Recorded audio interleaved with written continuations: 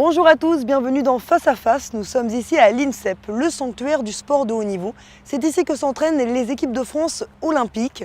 Nous allons nous intéresser aujourd'hui à la lutte et particulièrement à Tatiana Debien.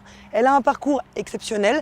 Après avoir fui la Russie, elle est parvenue à intégrer l'équipe de France de lutte. Elle va raconter son histoire. La lutte, c'est aussi un sport vieux comme le monde, la preuve en images. La lutte est probablement la plus vieille technique de combat.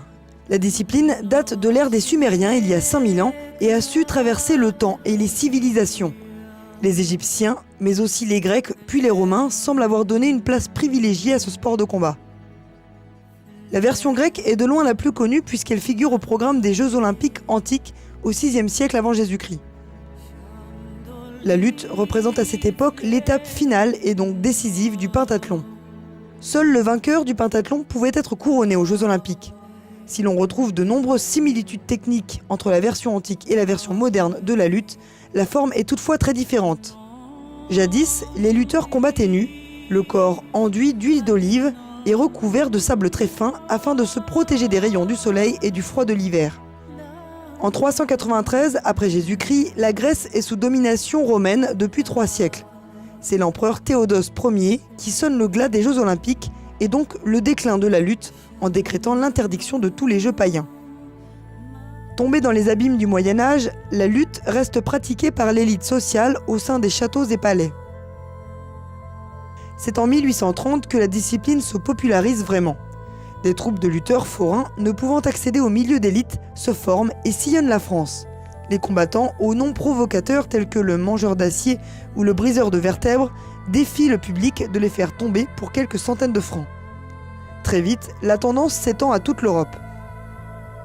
Néanmoins, à la fin du XIXe siècle, la lutte dite professionnelle s'essouffle en raison des escroqueries liées à l'organisation. Matchs convenus, victoires truquées, l'annonce de faux titres, le contexte favorise le regain d'intérêt pour la lutte amateur. S'ensuit la création de nombreux clubs et la mort de la lutte professionnelle. Les Jeux olympiques, après avoir été réintroduits en 1896 par le baron Pierre de Coubertin, ne s'ouvrèrent que tardivement à la lutte. C'est en 1904, à Saint-Louis, que la discipline fait son baptême olympique. Depuis cette date, la lutte libre moderne a fait son chemin. Néanmoins, il aura fallu attendre 100 ans pour que la jante féminine figure au programme des Jeux olympiques.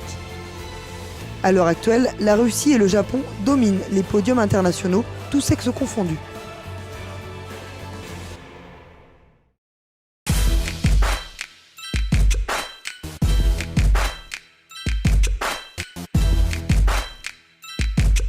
De retour dans l'ère moderne, nous sommes à l'INSEP où s'entraînent les lutteurs d'élite. Ici, c'est un véritable régime de Spartiates et les sportifs sont triés sur le volet.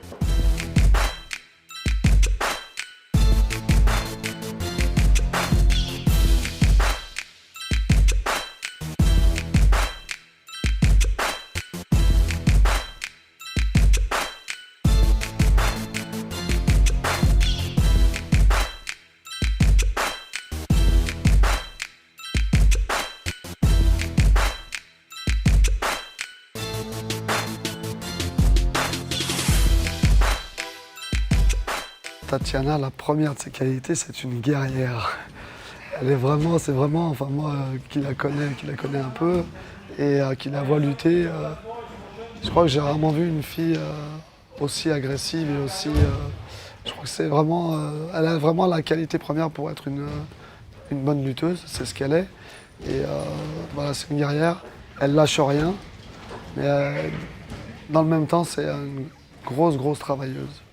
C'est une fille qui, après les entraînements, va travailler technique, tactique avec ses entraîneurs ou éventuellement avec des garçons. En fait, Tatiana, elle vient de prendre la place de titulaire en équipe de France, puisqu'avant elle était numéro 2, numéro 2, mais bon, ces dernières années, elle était plutôt numéro 2. Et cette année, elle a fait un vrai gros début de saison en gagnant le tournoi à Paris, en faisant 3e à Cuba, 3e en Suède, pardon.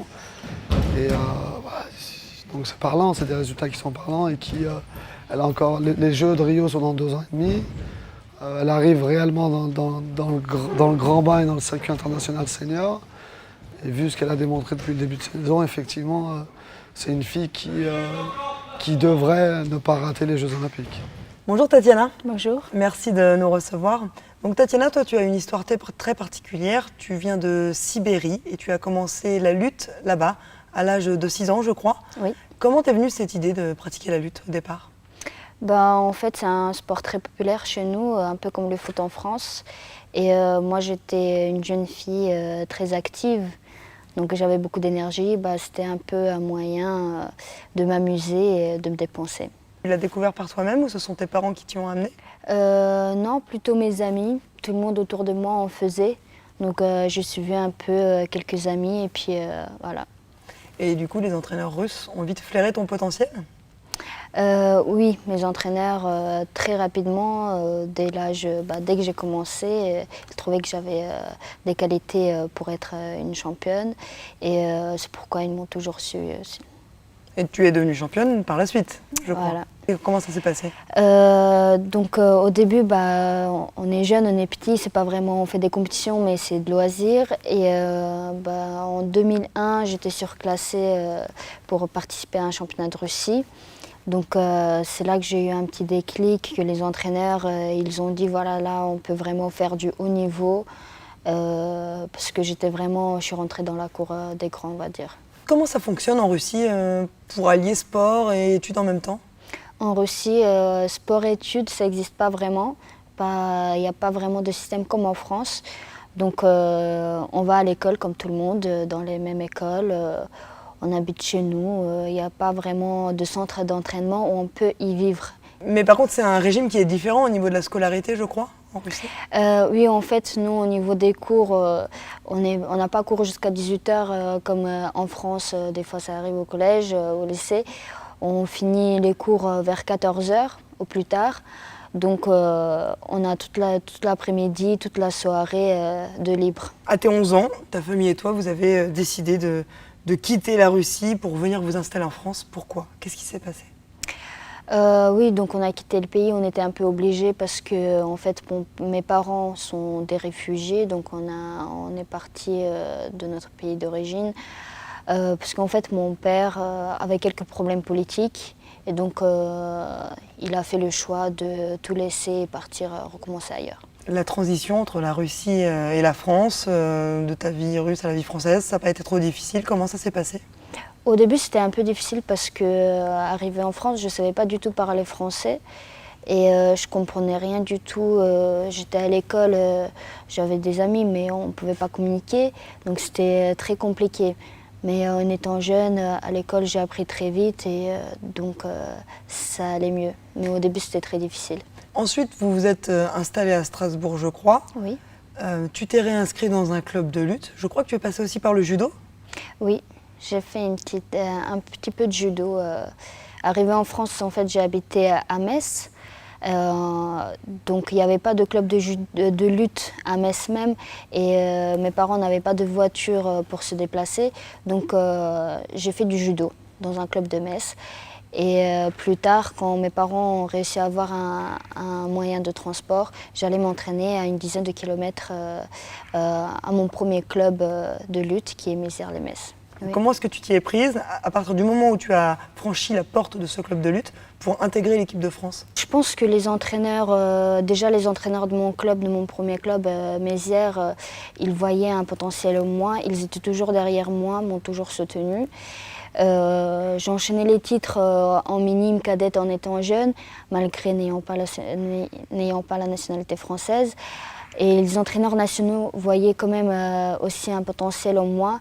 Donc il n'y avait pas de problème, je pouvais faire quelques stages. J'étais en équipe sans partir en championnat, on va dire. À l'INSEP, tu as un planning très millimétré où tu allies les études et le sport.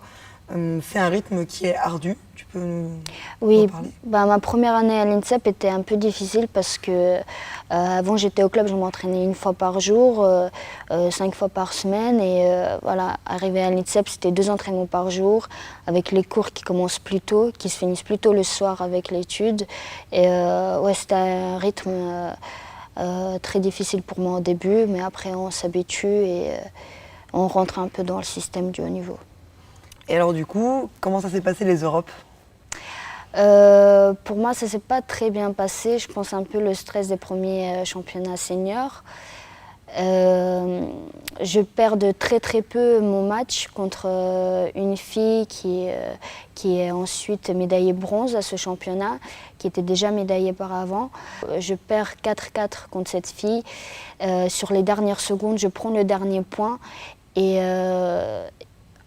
moi, je pensais être en train de gagner le match. Même la fille, elle ne savait pas qu'elle était en train de gagner le match. Il restait 4 secondes où j'aurais pu tenter de marquer encore des points pour gagner. Mais j'ai préféré gérer le match puisque je le gagnais. Et à la fin, on était toutes surprises. Malheureusement, c'est les aléas du sport. Voilà. Aujourd'hui, tu as combien de titres de championne de France? J'ai toujours été championne de France depuis minime jusqu'aux toutes les années de junior et en senior, un titre. Plusieurs fois championne de France, tu as souvent été sur les plus hauts podiums internationaux. Quand on a ton niveau en lutte, ça demande quel type de préparation physique? On a un travail spécifique avec des différents objets comme les croissants bulgares, les élastiques, ensuite de la préparation physique sans matériel qu'on fait tout seul comme les traversées. Et donc quand on a ton niveau en lutte, est-ce qu'on vit de la lutte? Je ne peux pas dire qu'on en vit financièrement, pas du tout. Mais si je regarde d'un autre côté, oui, on en vit, je veux dire, je vis tous les jours de la lutte. Je pense toujours à mes objectifs, au jeu. La lutte, c'est ma priorité dans la vie. Alors par exemple, un champion olympique, il ne vit pas de la lutte aujourd'hui? Non, en France, non.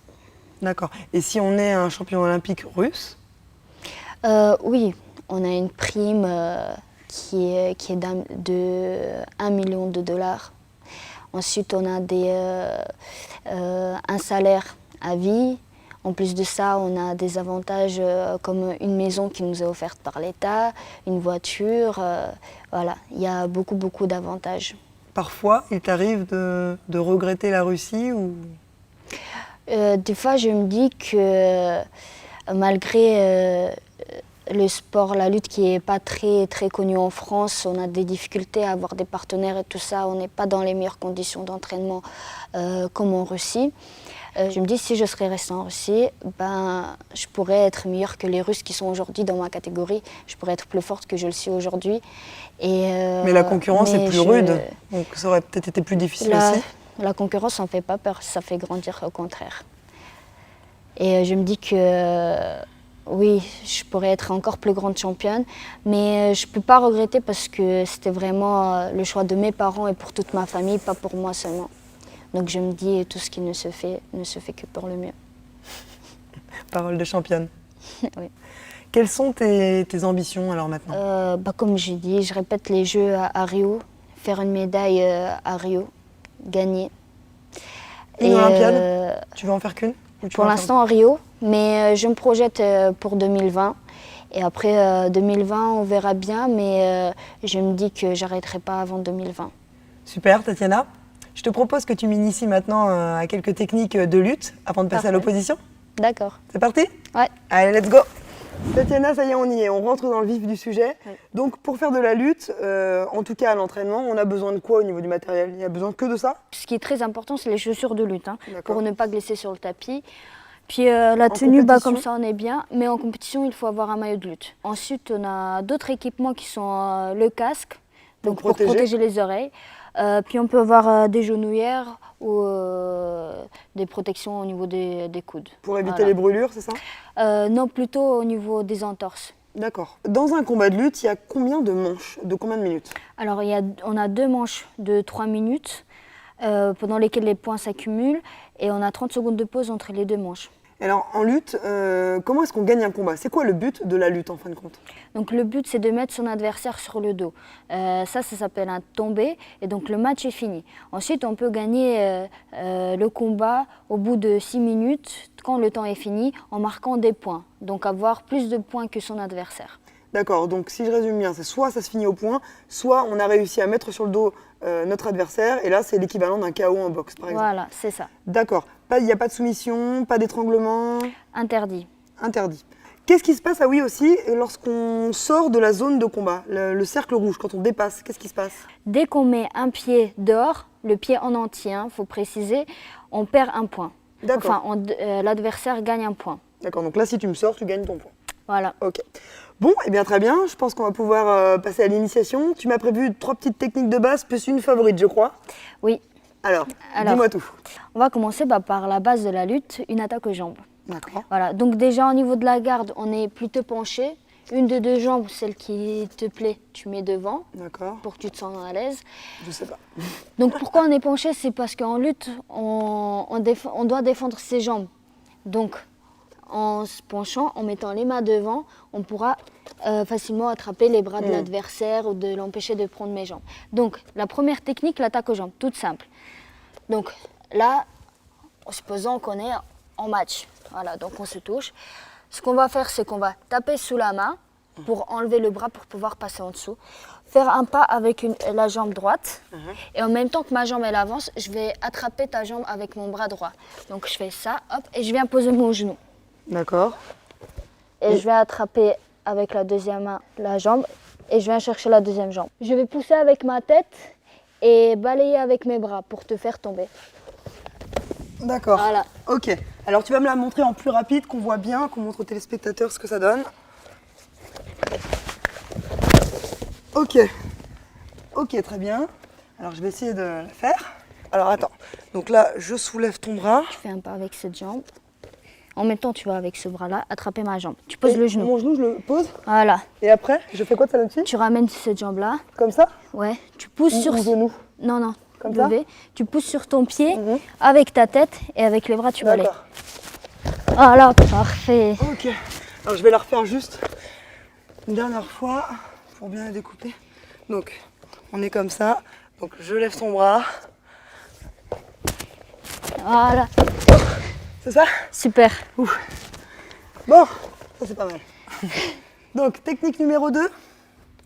Alors, enfourchement. Donc, c'est une prise à 4 points. Donc, avec une grande amplitude et tu vas tomber sur le dos. D'accord. Donc, on est toujours là, en garde. Je mets mon bras à l'intérieur au niveau de l'aisselle. D'accord. C'est sur le bras que je vais tirer. Là, je vais faire comme une attaque aux jambes. Pareil, je viens avec ma jambe, mon bras, je pose le genou. Sauf que ici, là, je vais ramener ma deuxième jambe. Je vais fermer ici et je vais te faire la roulade. D'accord. Alors ça c'est technique. Alors on va Là, c'est découper. facile. Alors refais-le-moi rapidement. Donc, la main à l'intérieur. Hop, je viens comme en Comme attaque pour tout à aux l'heure. jambes. Je ramène la jambe. Et là, je te fais une roulade. D'accord. Bon, je vais essayer de le faire. Donc là, ok. J'avance ma jambe. Tu poses le genou, voilà. Ok. Ramène Et la deuxième jambe. comme ça. Ouais, tu tires. Voilà. Très bien. Mais je tombe avec toi. Bah, faut que tu restes gainé et tu fasses ce mouvement-là. D'accord. Voilà. Tu fais ça. D'accord, je peux réessayer? Tu tires et tu pousses. On est comme des enfants, c'est génial. Ça me fait rire, moi. Il me fait rire, moi, ça se passe. Alors, on est comme ça. Oh mince. Oh mince. Voilà, comme ça. Parfait. Ok, super. Ok, super. Technique numéro 3. Ma favorite, le bras à la volée. Donc c'est une technique avec le bras qui va te faire voler aussi. Une technique aussi à 4 points. Là, on est en position bras dessus, bras dessus. On se retrouve comme ça en match. Là, je vais faire un pivot. Ma jambe qui est derrière, elle va venir là. Je vais me positionner devant toi, exactement comme tu es. Et mon bras là, il va venir sous ton bras. Donc je fais hop, je pivote, je pose les genoux et je te fais rouler. Ok. Je vais essayer, mais là, je te garantis rien. Ça devient un peu complexe. Alors. Comme ça. Ah mince. Voilà, hop. C'est pas ça. Si, t'étais bien. C'est nul. Quand tu commences, tu dois avoir bien ta jambe droite devant. Comme ça, tu fais juste le pivot. Ok? D'accord. Regarde, vas-y. Ok. Avance ta jambe droite. Voilà, hop. Sur les genoux. Ça, je vais la tuer là, bon. Je fais n'importe quoi. Tu sais quand t'as un sac sur le dos, Ouais. quand t'as un sac et tu le fais tomber, un sac lourd quoi. Ouais. Tu fais ça. Mais j'ai pas envie de te Tu prendre jettes pour un des- sac, Tatiana. Non mais c'est le même mouvement. Ouais, je comprends, je comprends. Ok, bon. C'est mitigé, mais j'ai à peu près saisi. Donc Tatiana, là c'est pas mal, on a vu les amener au sol. Mais ensuite, une fois qu'on est au sol, qu'est-ce qui se passe? Alors, faut faire une finition. Donc il y a différentes finitions. Je vais en montrer une toute simple. Donc la finition consiste à garder l'adversaire sur le dos. Voilà. Donc là, on va partir. On a un enfourchement. Donc là, j'ai le bras à l'intérieur. Je viens poser. Je te fais chuter. Hop. Et je viens enrouler ta tête. Ah, voilà. Et là, je suis en position pour te garder sur le dos. Donc là, tu as les deux omoplates collées au sol.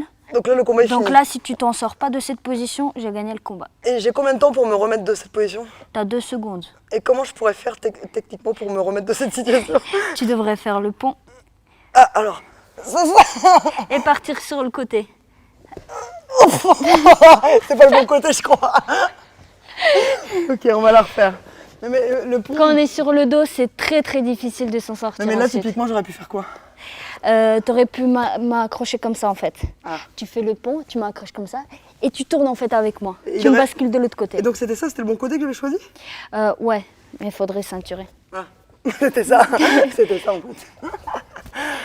Voilà. Ok. Tu veux qu'on refasse? Ouais, tu me le refais. Donc là, hop. Voilà. Ok. Et là. Voilà. Ok. Et là, on peut reprendre. Après, on fait quoi après? Bah, ensuite, c'est moi qui est en position de D'accord. danger. Donc c'est à moi de m'en Donc, après, moi, je sortir. peux te prendre aussi. Oh là. Ok. Et ça, c'est pas des étranglements en fait? Non, ça fait pas mal, c'est pas des étranglements. non. D'accord. Ok. Ok. Bon, bah, on a vu 3 techniques de base. On a vu la finition. Tu penses que je suis prête pour faire une opposition? Bah, on va voir ça. Oui, c'est ça. On va voir. Centre. Serrez-vous la main. Donc pas de coup, pas d'étranglement.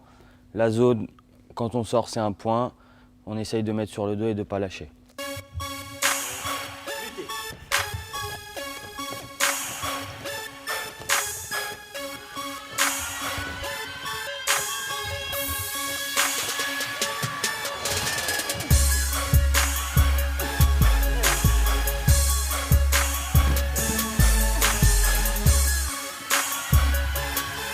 Stop, luttez.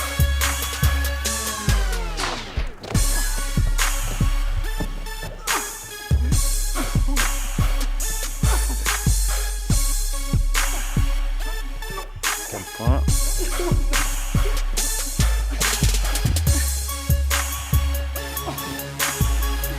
Quel point. Debout, au centre.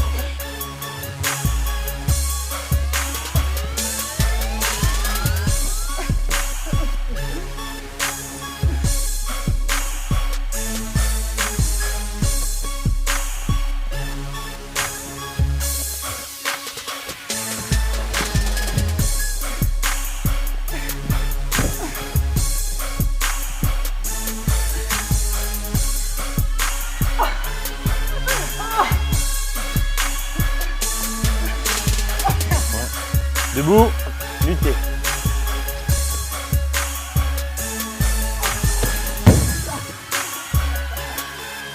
Debout.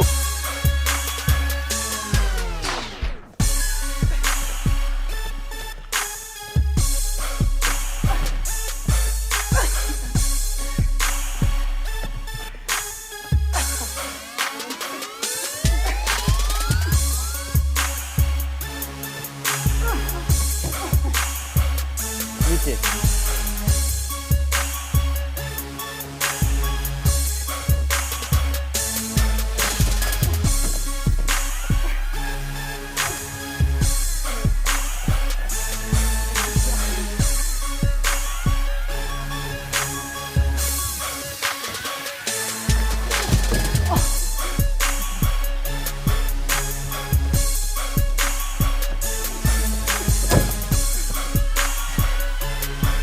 Luttez.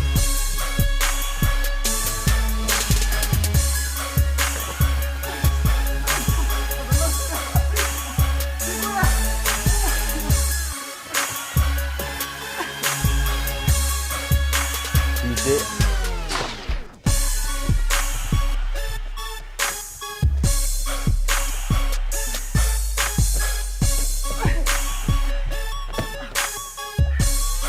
Luttez.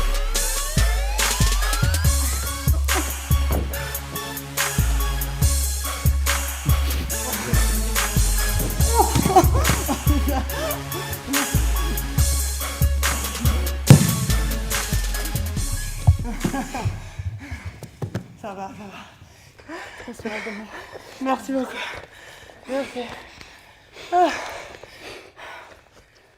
Vainqueur. Vainqueur, serrez-vous la main. Non, mais je dois être fair play, je dois être fair play. Merci beaucoup. Ouais. Merci beaucoup, Tatiana.